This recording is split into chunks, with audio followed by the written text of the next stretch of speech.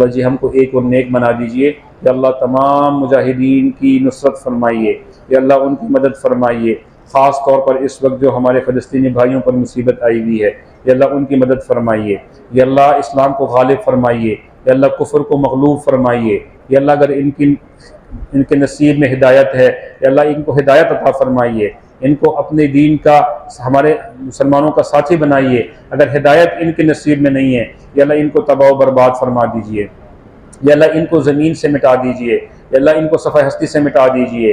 या अल्लाह आप इनके लिए काफ़ी हो जाइए, या अल्लाह आप इनके लिए काफ़ी हो जाइए, या अल्लाह आप इनके लिए काफ़ी हो जाइए।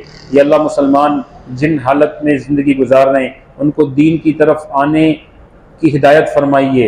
या अल्लाह आपके नबी सल्लल्लाहु अलैहि वसल्लम के उम्मती हैं, या अल्लाह आपके नबी सल्लल्लाहु अलैहि वसल्लम इनके लिए बहुत रोए, हम सब के लिए रोए हैं। या अल्लाह हमें इसके लाज रखने की तौफीक अता फरमाइए। या अल्लाह जी जो हमारे बीमार हैं